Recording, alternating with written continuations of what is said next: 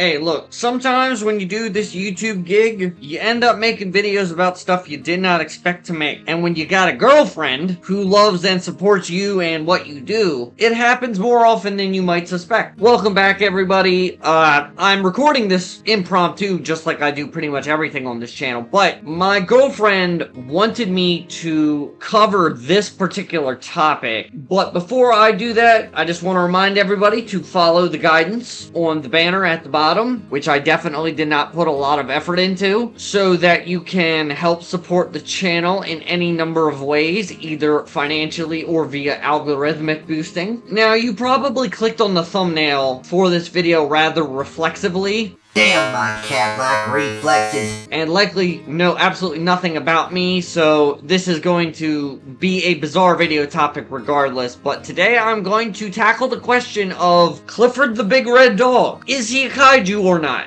Please consider the following. And would you believe it, me and my girlfriend have actually seriously discussed this. Now, she's obviously not a kaiju superfan. She's not the one with the username of Godzilla Brawler, which I have definitely explained how I arrived at that username in the past. So, you know, check out my backlog of old content in any of the playlists on my channel, and you may find that. Anyway, she asked me, is Clifford the Big Red Dog considered a kaiju or not? Now, a normal, well-adjusted person would probably have just said yes or no, but not me, not even close. Because believe it or not, I actually think whether or not you consider Clifford to be a kaiju to be rather dependent on what you classify a kaiju as. Okay, so if we are going to tackle the question of whether Clifford the Big Red Dog is a kaiju or not, let us open with tackling a preconceived notion that most of the non-kaiju superfans that stumble upon this video will probably have. I don't know. If you are at all a person of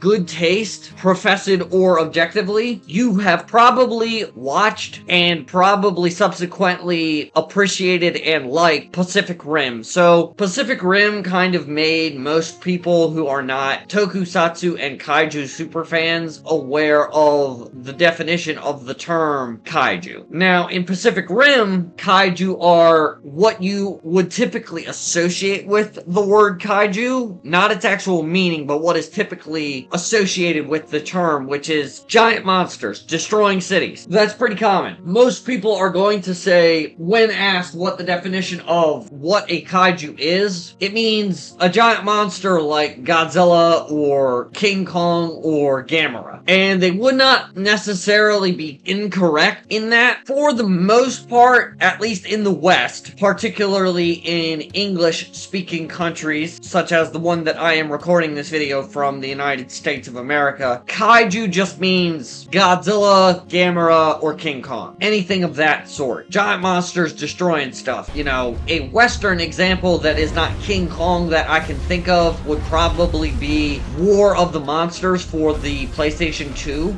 or perhaps any number of the monsters from the Rampage series, like Rampage Total Destruction, which I played on the PlayStation 2, but you may have played also on the Nintendo Wii, or I think even the GameCube. That is the kind of colloquialism standard definition for what kaiju means. But, and this is the reason why my girlfriend motivated me towards making this video in the first place, technically the Japanese word kaiju literally translates as strange beast. That's it. It just means a beast that is strange, i.e. a creature that is atypical in some form or fashion. If I'm not mistaken, though I have not done any research on this point, but based on the many years that I have been a fan of Godzilla and the like, I believe kaiju was traditionally associated with mystical creatures and bizarre beasts from classical Japanese folklore and the like. I don't have any sources to back that up, so that may be incorrect. Tell me in the comments if I am indeed incorrect on that front. But that means that Westerners, such as my peers who like to use kaiju to just mean Godzilla-esque monster, are technically not correct. Technically correct. The best kind of correct. For example, a creature such as Pigmon from the Japanese tokusatsu franchise series of Ultraman is also technically a kaiju. Now, I haven't looked this up. Let me use the power of Google to do some research on the fly. My suspicions have been confirmed. So, Pigmon here is a rather piddlywink kaiju from the Ultra series. He only stands at 1 meter or roughly 3 feet tall in American units. Pigmon does not destroy cities. In fact, Pigmon does not destroy much of anything. I watched the original Ultraman series, the one wherein Shin Hayata becomes the avatar vehicle, human incarnation guy vehicle, whatever, for Ultraman. And I don't exactly remember all the details, but Pigmon was just some random strange beast, kaiju, that showed up, I believe, and I may be incorrect on this, on whatever wilderness island that particular episode took place in. Let me look it up. Yes, he was on, and forgive my mispronunciation, either Tatara Island or Tatara Island. I watched the dub, but I honestly do not remember. Yeah, Pigmon was not, like, ferocious or anything. Pigmon was, for lack of a better way of putting it, kind-hearted. And so, it should be pretty obvious I am trying to communicate that being a giant monster is not necessarily all that it takes to be classified as a kaiju. The bar is relatively low, frankly. All something has to be is a beast that is strange. And you probably saw it a second ago because I was clicking through all the images on my layout because I have not planned this out particularly well. But technically this means all of the Pokemon, from what I understand, would be considered strange beasts, which therefore would make them kaiju. Now, aside from the Gigantamax forms and some of the legendary Pokemon, I do not believe most Pokemon would fit the kind of Pacific Rim, Western kind of understanding of giant monster kaiju, you know? But I did feel it necessary to point that out. Technically, most of the Pokemon are strange beasts, so they are definitely kaiju. I mean, I guess they call them pocket monsters in Japan, so do they call them pocket kaiju? I'm not a massive Pokemon head slash Pokemon super fan, so please fill me in the comments on that, Pokemon people. I don't know. But all I'm saying is that I would not be surprised. Now, what does this say about the classification of Clifford the Big Red Dog as a kaiju? Based on this very diminutive and low bar of entry kind of definition for what makes a kaiju, obviously Clifford the Big Red Dog is a kaiju because he's a strange beast. Most dogs, even the larger breeds, for some reason Mastiff is coming to mind. You would think I would know more dog breeds off the top of my head considering my girlfriend is a massive fan of animals, but Mastiff is the only breed that's coming to mind at the moment. Please forgive me, Dumpling. And for any of you watching, go check out that video, please. But if we want to kind of elevate our sort of qualifications for if Clifford is in the same realm as the likes of the King of All Monsters and the Friend of All Children, we need to talk a little bit about some classic kaiju media. So, one of the things that I should point out is that Clifford the Big Red Dog is not nearly the size of creatures such as the Heisei Godzilla or Shin Godzilla or the Monsterverse Godzilla, or to be 100% honest, not even the Showa era Godzillas and Gameras. Clifford the Big Red Dog is more akin to the 1933 original Universal RKO King Kong creature slash monster.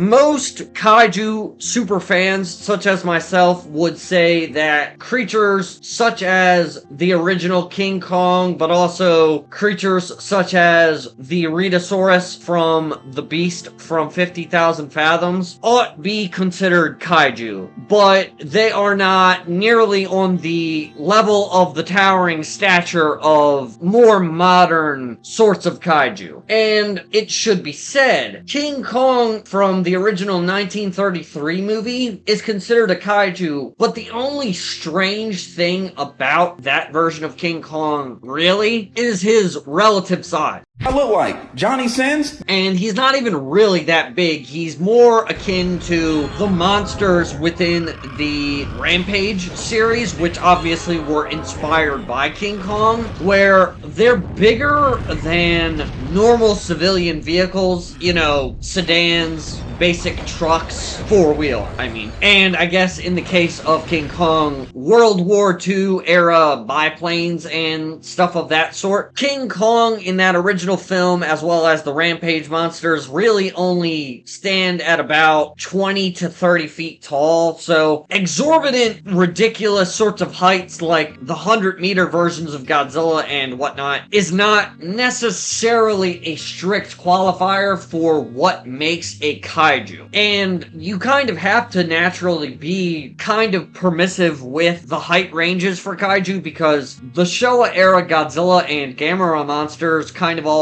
dwelt in the 50-meter plus range, whereas the 90s versions of Godzilla kind of hovered between 80 meters and 100 meters in height. And the Pacific Rim kaiju, I do not remember their heights off the top of my head, but all I can remember is that they kind of operate in that gulf between 50 and 80 meters. Hardcore Pacific Rim fans, I'm going to rely on you in the comment section, because though I could just look this up right now, I don't want to. It's not super duper pertinent. All I'm basically saying is the fact that Clifford the Big Red Dog is not that tall does not necessarily preclude him from being in the kaiju club. He's a giant dog, much larger than any typical dog. King Kong is really only a basic silverback gorilla, giant ape. Rest in peace to Harambe. That cringy. But he doesn't like shoot lasers out of his eyes. He doesn't have an atomic breath heat ray. He doesn't like spin and fly with rockets shooting out of his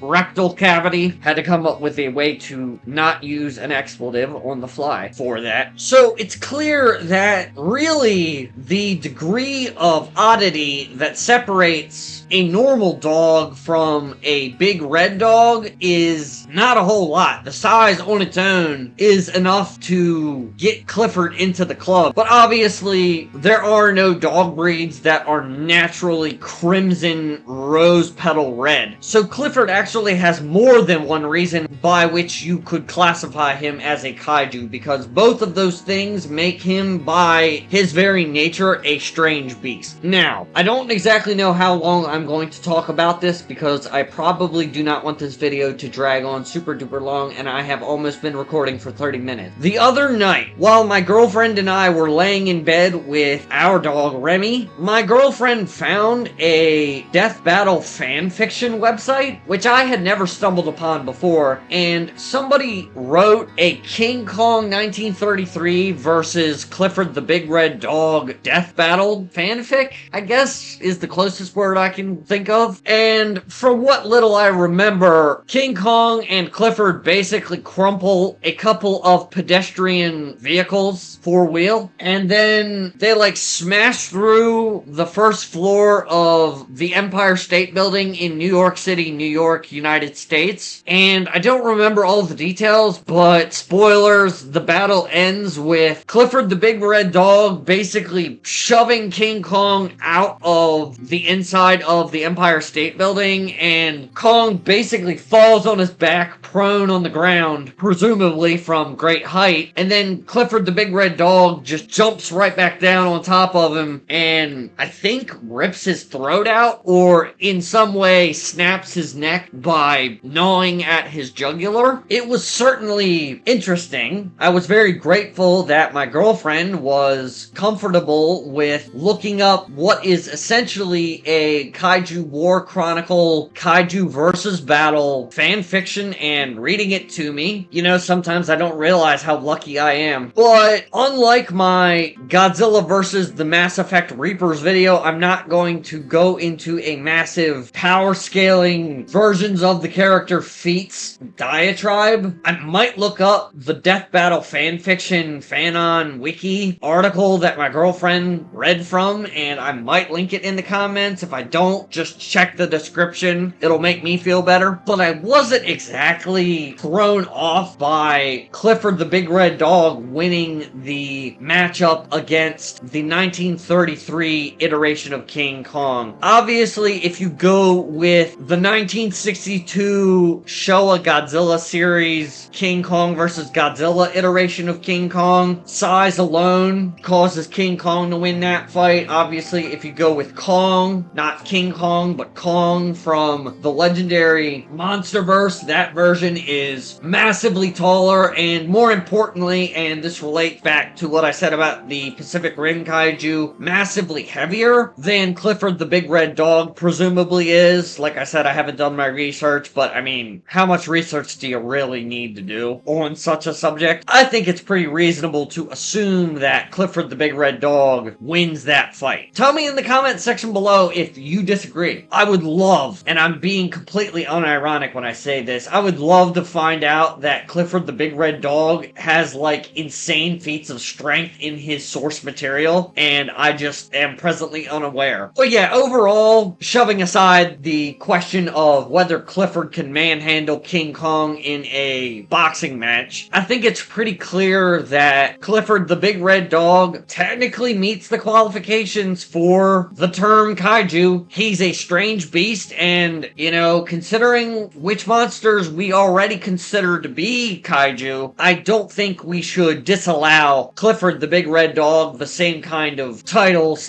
level of accomplishment, prestige even. Anyway, that's about all I've got in the tank for right now. I'm kind of trying to build a kind of queue of content for my YouTube channel aside from the YouTube shorts, which are all completely accessible to channel members, it should be said. If you become a member of G-Force, the guinea pig army of the MS Chan household related to the Godzilla Brawler YouTube channel, you get access to every video I have completed editing as soon as I get it uploaded to my YouTube channel. And if you are specifically in the lowest tier, you don't get that, but you do get access to all of the YouTube shorts that I have. Anyway, I don't want to drag on the outro for very long. I know this is a silly video, but I hope you enjoyed regardless and took it easy while you did so. And until next time, guys, I will catch you on the flip side.